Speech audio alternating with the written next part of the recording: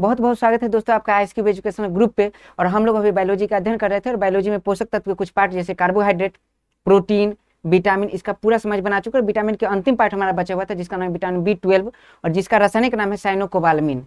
अब हम लोग उस पर एक समझ बनाते हैं और उससे जितने सवाल पूछे गए अभी उस पर भी बात कर लेंगे हम लोग। चलिए तो हम लोग देखते हैं विटामिन B12। विटामिन B12 और इसे कहा जाता है, इसका रासायनिक नाम है साइनोकोबालामिन। देख लीजिए साइनोकोबालामिन, मैं लिखता हूं साइनोकोबालामिन।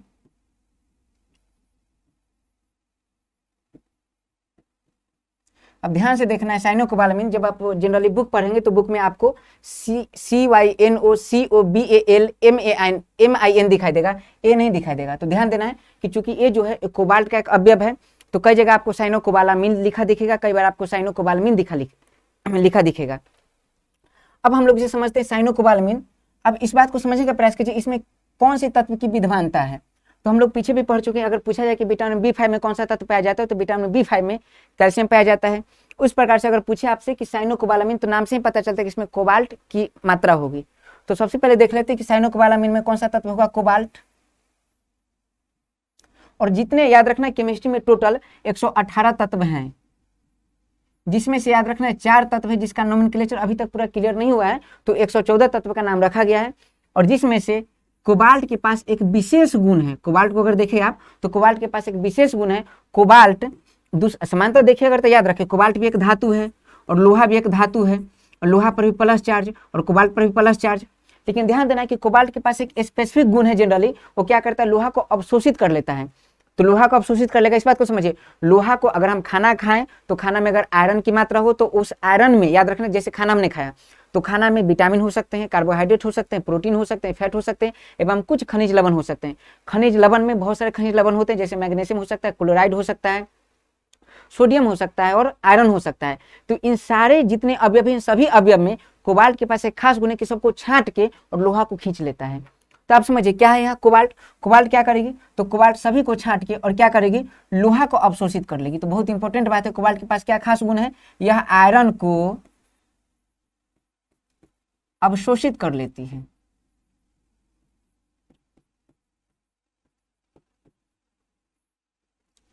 और आयरन को जब अवशोषित करेगी तो आप समझिए इस बात को, आयरन के अवशोषित से क्या होगा कि अगर मान लीजिए कि आयरन की मात्रा बढ़ी तो आयरन क्या करता है, तो आयरन जो हमारा आयरन है वो ध्यान देना है, आयरन समानता किस प्रकार का प्रोटीन बनाता है, तो आयरन बनाता है ग्लोबिन प्रोटीन। तो आयरन क्या बनाएगा, ग्लोबिन प्रोटीन। और ग्लोबिन प्रोटीन बनाता है। ग्लोबिन प्रोटीन 2 प्रकार के होते हैं मुख्य रूप से हमारे शरीर में, एक होता है मायोग्लोबिन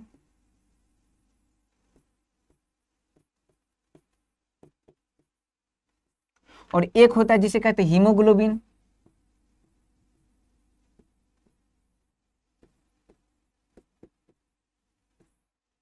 समझिए इस बात को। तो देखिए मायोग्लोबिन, दूसरा क्या, हीमोग्लोबिन। हमने क्या किया कि कोबाल्ट क्या करता है, जब हम जैसे ही खाना खाते हैं तो खाना में जितना आयरन है सभी आयरन को अवशोषित कर लेती है। जब आयरन को अवशोषित, अगर आपको विटामिन B12 याद रखना है तो कुछ भी याद मत रखिए, बस कोबाल्ट का काम याद रखिए। देखिए यहाँ से याद रखिए साइनोकोबालामिन, तो इसमें कोबाल्ट है, वहां से कोबाल्ट याद रखिए। और कोबाल्ट का काम क्या है, आयरन को अवशोषित करना। बस आयरन को अवशोषित करा दीजिए, बाकी सारा मामला आपको खुद याद रहेगा। तो चलिए क्या करती है, आयरन को अवशोषित, आयरन क्या करती है, ग्लोबिन नाम की प्रोटीन बनाती है। ग्लोबिन प्रोटीन 2 प्रकार के होते हैं, एक मायोग्लोबिन या हीमोग्लोबिन। अगर आपसे पूछे मायोग्लोबिन में कौन सा तत्व की अधिकता होगी, विद्यमानता होगी कौन सा तत्व का, तो आयरन की। हीमोग्लोबिन में कौन सा तत्व होगा, तो आयरन। क्लियर बातें हैं। अब हम लोग समझते, सोच लीजिए अगर विटामिन B12 नहीं लिए तो विटामिन B12 नहीं लिए तो कोबाल्ट नहीं होगा, और कोबाल्ट नहीं होगा, थोड़ा सा उल्टा सोचते, कोबाल्ट नहीं होगा और कोबाल्ट नहीं होगा तो आयरन का अवशोषण नहीं होगा, और आयरन का अवशोषण नहीं होगा तो ग्लोबिन प्रोटीन नहीं बनेगा। ग्लोबिन प्रोटीन नहीं बनेगा तो हीमोग्लोबिन भी नहीं बनेगा, और हीमोग्लोबिन नहीं बनेगा मतलब कम होगा हीमोग्लोबिन, क्योंकि हीमोग्लोबिन कम होगा। तो हीमोग्लोबिन अगर कम होगा तो हमारे शरीर में ब्लड की मात्रा कम जाएगी, और ब्लड की मात्रा कम जाए इस बीमारी को हम क्या कहते हैं, रक्त अल्पता।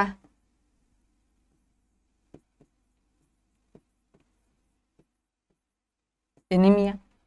लेकिन याद रखना इस प्रकार के एनीमिया को, क्योंकि आरबीसी कम होने से ऐसा हुआ है, हीमोग्लोबिन कम होने से ऐसा हुआ है, क्योंकि हीमोग्लोबिन तो आरबीसी का निर्माण करती है, तो इसके कम होने से ऐसा हुआ है। इसीलिए इस प्रकार के एनीमिया को परनीसियस एनीमिया कहते हैं। अब सोचिए परनीसियस का क्या मतलब होता है, तो परनीसियस एक ग्रीक वर्ड है जिसका मतलब होता है कि अनिवार्य तत्वों का कम हो जाना, अनिवार्य तत्वों का कम हो जाना। जैसे हम बोले मम्मी दाल भात सब्जी देना, तो हमारा अनिवार्य तत्व क्या है, इसमें दाल भात सब्जी तीनों है, तीनों अगर कम मिला, जितना मुझे चाहिए उतना से कम मिला, तो हम कहेंगे ये परनीसियस फूड है। मतलब याद रखिए परनीसियस मतलब होता है जितना होना चाहिए प्रॉपर वो कम है, उसे परनीसियस कहते हैं। तो यहाँ ध्यान दीजिए परनीसियस, परनीसियस ब्लड में क्या होना चाहिए, तो ब्लड में हीमोग्लोबिन होना चाहिए, वो कम है, तो इसलिए हमने क्या किया, ब्लड की कमी इसलिए एनीमिया, और कौन सा पदार्थ कम है, तो हीमोग्लोबिन कम है, इसलिए याद रखें कम होने के लिए हम लोग इंडिकेट करते हैं परनीसियस से। अगर आपसे क्वेश्चन पूछे कि एनीमिया किसकी कमी से होती है, तो आंसर विटामिन B6 भी हो सकता है, B9 भी हो सकता है, B12 भी हो सकता है। लेकिन अगर स्पेसिफिक बात करें तो B9 की कमी से मेगलोब्लास्टिक एनीमिया होती है, और विटामिन B12 की कमी से परनीसियस एनीमिया होती है। तो इस बात को बहुत ध्यान से देखना, मैं फिर आपको बता दूं एक बार। विटामिन देखिए B6, B9 और B12 तीनों से एनीमिया नाम की बीमारी होगी, लेकिन इससे डायरेक्ट सिर्फ एनीमिया है, और इससे मेगलोब्लास्टिक एनीमिया है, और इससे परनीसियस एनीमिया है। तो याद रखना सबसे पहले ए, उसके बाद माँ, उसके बाद पा। अगर याद रखते हैं फिर आप कंफ्यूज नहीं करेंगे एग्जाम में कि किसमें मतलब ये मामला है किसमें ये मामला है, इस बात में किसी प्रकार कंफ्यूजन नहीं होगी। तो बड़ी आराम से इसको देखना है। अब एक बार क्या करना है, आपको पूरा विटामिन B1 से लेके जो अंतर है वो अंतर करते हुए आपको पूरा रिवाइज कर लेना है, फिर आप इस आयाम तक पहुंच जाएंगे, आपको किसी प्रकार की कोई समस्या नहीं होगी। अब विटामिन की कुछ बातें हैं उसको मैं बता के, जनरली विटामिन के अगर कुछ ऐसे विटामिन में पाए जाने वाले तत्व हैं उससे क्या क्या रिलेटेड सवाल आ सकते हैं, उस पर मैं बात करता हूँ, फिर हमारा विटामिन का सारा आयाम कंप्लीट हो जाएगा। तो चलिए हम एक बात बताता हूँ कि अभी जनरली हम लोग क्या देखें, रक्त अल्पता। तो रक्त अल्पता किस तत्व की कमी से होती है, तो आयरन की कमी से होती है, इस बात को हम देख चुके हैं। लेकिन अगर आपसे पूछे कि मान लीजिए हमारे ब्लड, हमारे शरीर में रक्त की कमी है, इस बात का जांच होगी, तो जांच करने के लिए किस तत्व का यूज किया जाता है, तो ऐसे सवाल पूछे जाते हैं। हमारे मान लीजिए कि हमारे बॉडी में ब्लड कैंसर है, तो ब्लड कैंसर की जांच करने के लिए किस प्रकार के तत्व का यूज किया जाता है, ऐसे सवाल पूछे जाते हैं। और ऐसे याद रखना, ऐसी स्थिति में हमें सिर्फ समस्थानी का यूज करना पड़ता है। समस्थानी क्या है, इस बात को जनरली आप अभी याद रखिए, इस बात को हम लोग देखेंगे केमिस्ट्री में। तो कुछ प्रमुख बातें जो मैं बताता हूँ, इसको कह सकता हूँ कुछ छोटी और मोटी बातें। तो जैसे देखिए कुछ प्रमुख तत्व मैं जनरली लिखूँ तो देखिए ये लिखा हुआ है सोडियम, और सोडियम का परमाणु भार याद रखना है 23 होता है, लेकिन इसके समस्थानिक की बात करें तो इसका परमाणु भार होगा 24। तो आपको याद रखना सोडियम 24। उसके बाद बात करें एक है फास्फोरस 31। सोडियम 24 के बाद साथ हम क्या याद रखेंगे, फास्फोरस 31। इसके साथ आप याद रखिए कोबाल्ट 60, बहुत इंपॉर्टेंट है। इसके साथ हम बात अगर ध्यान दें ठीक से तो आप याद रख सकते हैं आर्सेनिक 14। देखिए ध्यान से, ये सब जितने तत्व है सब समस्थानिक है, याद रखना सारे आर्टिफिशियल तत्व है, ये तत्व प्राकृतिक रूप से बने नहीं है, इसे निर्मित किया गया, मानव निर्मित तत्व है। अगर आपसे पूछे एक बात और, एक तत्व और बता दूं आपको, आयरन 59। ठीक है, ध्यान दीजिए। अगर आपसे पूछे कि जितने तत्व इसका यूज कहाँ है, तो मैं आपको बता दूं, देखिए सोडियम का यूज कहाँ होता है, सोडियम 24 का यूज कहाँ होता है, तो मान लीजिए हमारे जो ब्लड है, ब्लड क्लॉट नहीं कर पा रही, थक्का नहीं जमा पा रहा है, तो थक्का नहीं जमाने का कारण इसका मतलब है कि हमारे ब्लड में कौन सी कमी है, हमारे ब्लड में कौन सी बीमारी है, तो इस बीमारी को कहते हैं हीमोफीलिया। हीमोफीलिया एक प्रकार की अनुवांशिक बीमारी है, और ऐसी बीमारी को जांच करने के लिए, हीमोफीलिया की जांच करने के लिए, या फिर हमारा ब्लड जो है वो थक्का जमाने में किसी प्रकार की गड़बड़ी कर रहा है, तो इस प्रकार की जांच के लिए हम लोग सोडियम 24 का प्रयोग करते हैं। तो आपको याद रखना है कि सोडियम 24 का प्रयोग कहाँ करेंगे, तो सोडियम 24 का प्रयोग अगर आपसे एग्जाम में सवाल पूछा जाएगा तो दो ही ऑप्शन मिल सकते हैं, जो दो ऑप्शन जो सही होंगे, एक हो सकता है कि रक्त परिसंचरण तंत्र में गड़बड़ी, रक्त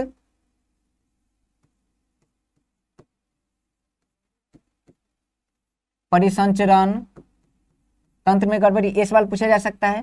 नहीं तो याद रखना है कि रक्त परिसंचरण तंत्र में गड़बड़ी, इसका क्या आयाम हो सकता है, तो एक आयाम ये भी हो सकता है कि ब्लड जो हमारा थक्का नहीं जमा रहा है, इसका जांच भी कहां से किया जाता है, Na24 से, और इसे ही हम लोग याद रखना हीमोफीलिया कहते हैं। तो अगर आपसे क्वेश्चन पूछे कि किसी को हीमोफीलिया है, इस बात की जांच कहां से होती है, तो याद रखना सोडियम 24 से। एक क्वेश्चन बहुत इंपॉर्टेंट है, आपको ये जनरली यूपीपीसीएस में कई बार मिलाने के लिए दे दिया है, स्तंभ ए, स्तंभ बी, और मिलाते रहिए। इसके बाद अगर बात करें तो फास्फोरस याद रखना 31 की बात करें, तो फास्फोरस 31 कहाँ यूज करते हैं, तो फास्फोरस 31 का काम क्या है, तो आप जनरली कई बार सवाल देखेंगे कि जैसे हमारे बॉडी में जब WBC बहुत ज्यादा बढ़ने लगते हैं तो उस बीमारी को कहते हैं ल्यूकेमिया, उसे क्या कहा जाता है, ल्यूकेमिया। तो गौर करना ठीक से, तो इस बात को याद रखना कि अगर मान लीजिए ब्लड में कैंसर हो,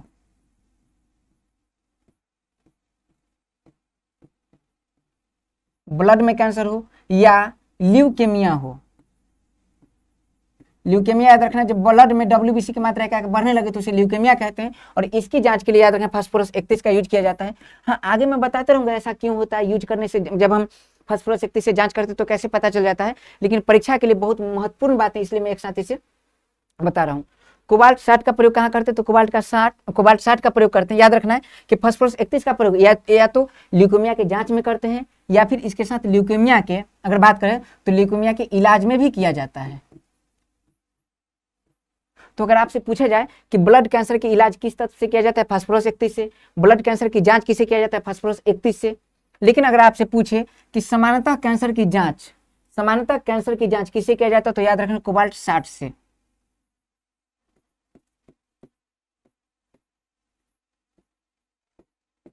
कैंसर की जांच किसे करते हैं, कोबाल्ट 60 से करते हैं। और आर्सेनिक 14 की बात करें तो आर्सेनिक 14 से हम यूज करते हैं जनरली। जैसे मान लीजिए कि हमारे जो एनीमिया है, तो एनीमिया में किस प्रकार की अंतर है, तो उस अंतर को जांचने के लिए, जैसे रक्त अल्पता जो है,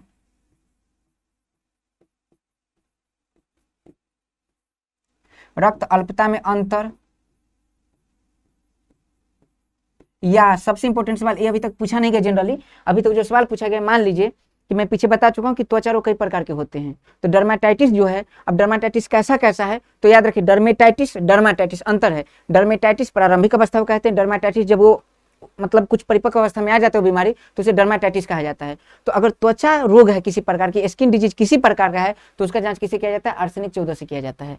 तो आपको याद रखना है आर्सेनिक 14 का यूज, चूंकि एग्जाम में बहुत बार पूछा जा चुका है, तो मैं इसे कलर चेंज करके लिखता हूं, त्वचा से संबंधित रोग हो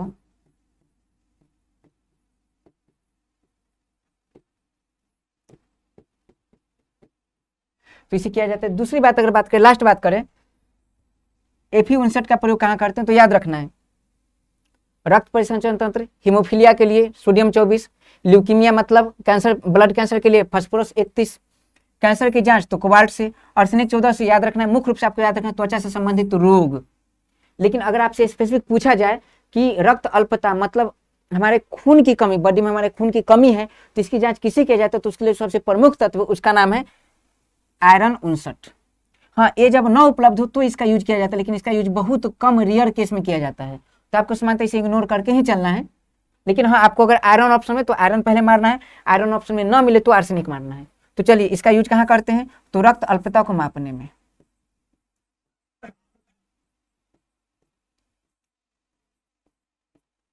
रक्त अल्पता की जांच में।